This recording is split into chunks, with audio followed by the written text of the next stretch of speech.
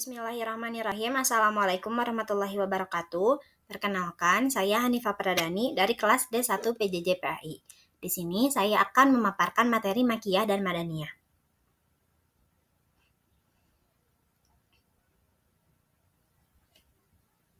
Dimulai dari definisi Makiyah dan Madaniyah.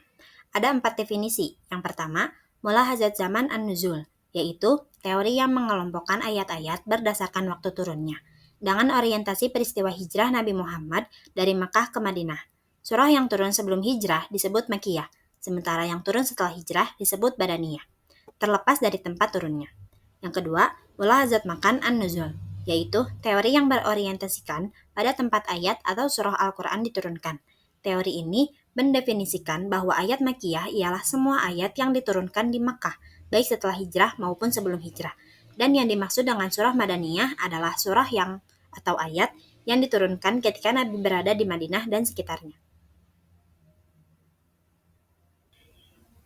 Yang ketiga, mulahazat al-mukhatab fi an-nuzul, yaitu teori yang disandarkan pada sasaran atau subjek pembicaraan yang dituju dari suatu ayat atau suatu surah Al-Quran. Jika subjek yang ditujunya adalah orang-orang Makkah, maka ayat tersebut disebut Makiyah. Sebaliknya, jika subjek yang ditujunya adalah orang-orang Madinah, maka ayat tersebut disebut Madaniyah. Yang keempat, mulahazat tadlamul as-surah, yaitu teori yang mendasarkan kategori berdasarkan isi. Setiap surah yang di dalamnya disebutkan kejadian-kejadian masa lalu disebut surah Makiyah, dan setiap surah yang di dalamnya disebutkan hukum hudud, faraid, dan sebagainya disebut surah Makkiyah. Selanjutnya, metode mengetahui Makiyah dan Madaniyah. Menurut Manaul Qoton, ada 2 cara. Yang pertama, al-manhaj as-simai an-naqli, yaitu mengetahui riwayat dari para sahabat yang menyaksikan langsung turunnya wahyu dan juga dari tabi'in yang mendapatkan informasi dari sahabat tentang bagaimana, di mana, dan peristiwa apa saja yang berkaitan dengan turunnya wahyu tersebut. Para ulama sepakat bahwa sebagian besar pengklasifikasian Makiyah dan Para ulama sepakat bahwa sebagian besar pengklasifikasian Makiyah dan Madaniyah didasarkan pada metode ini.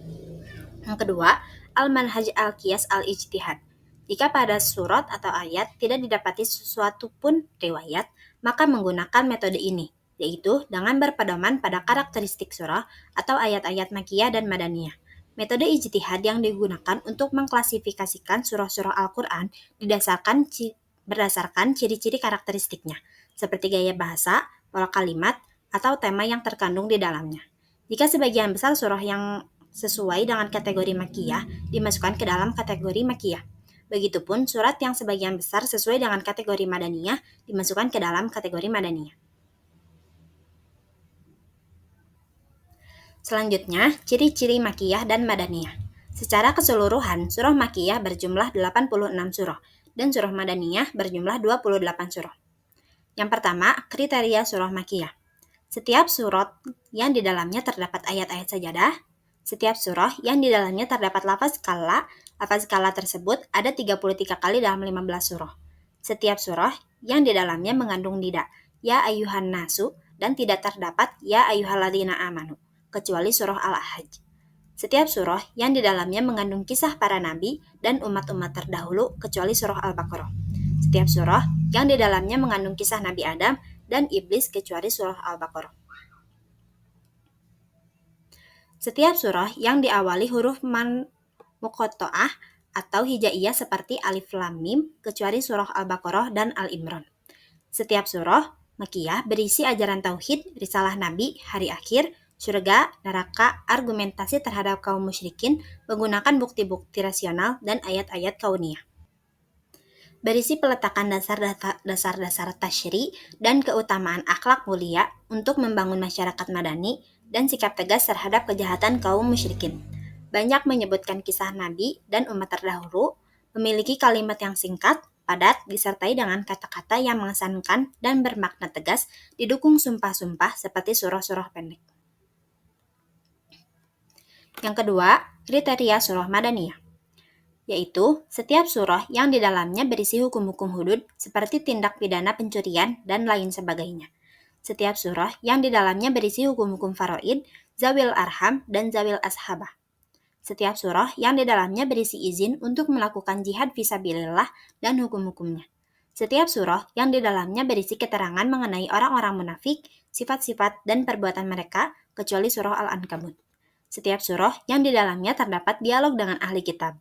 Setiap surah yang di dalamnya berisi hukum-hukum ibadah seperti sholat, zakat, puasa, haji, dan sebagainya. Setiap surah yang di dalamnya berisi hukum-hukum amalat seperti jual beli, sewa menyewa, utang piutang, gadai, dan sebagainya.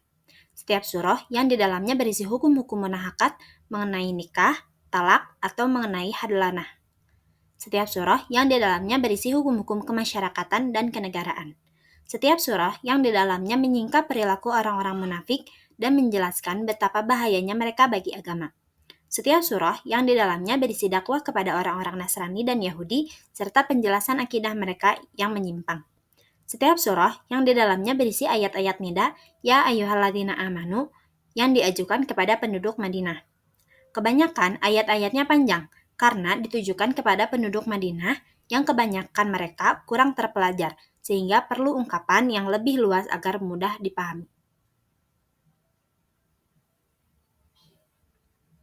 Selanjutnya, hal-hal khusus terkait Makkiyah dan Madaniyah. Terdapat hal-hal khusus dalam kajian Makkiyah dan Madaniyah di luar kaidah yang disepakati para ulama secara umum. Di antaranya, ada ayat Makkiyah dalam surah Madaniyah, ayat Madaniyah dalam surah Makkiyah, ayat yang diturunkan di Makkah tapi hukumnya Madaniyah, ayat Makkiyah yang mirip dengan ayat Madaniyah yang mirip ayat Makkiyah, ayat yang dibawa dari Makkah ke Madinah, ayat yang dibawa dari Madinah ke Makkah. Selanjutnya, urgensi mengetahui Makkiyah dan Madaniyah. Kajian yang Makkiyah dan Madaniyah dapat menjadikan alat bantu dalam menafsirkan ayat Al-Quran. Kedua, kajian Makkiyah dan Madaniyah dapat membantu seseorang menyelami gaya bahasa Al-Quran dan memanfaatkannya dalam metode berdakwah, karena setiap situasi dan fase memiliki gaya bahasa sendiri. Yang ketiga, dengan mengkajinya, seseorang dapat mengetahui sirah nabawiyah. Yang keempat, dengan mengkajinya, dapat memberikan gambaran, perhatian, dan antusiasme kaum muslimin terhadap Al-Quran. Yang kelima, kajian Makkiyah dan Madaniyah dapat membantu seseorang mengetahui sejarah pensyariatan hukum Islam. Yang keenam, kajian Makkiyah dan Madaniyah dapat membantu dalam menggali hikmah disyariatkannya hukum. Yang ketujuh, mengetahui perbedaan dan tahapan-tahapan dakwah Islamiyah yang diterangkan dalam ayat-ayat Makkiyah berbeda dengan ayat-ayat Madaniyah. Yang kedelapan, dengan mengkajinya, kita dapat mengetahui situasi dan kondisi masyarakat Makkiyah dan Madinah, khususnya pada waktu turunnya ayat-ayat Al-Quran.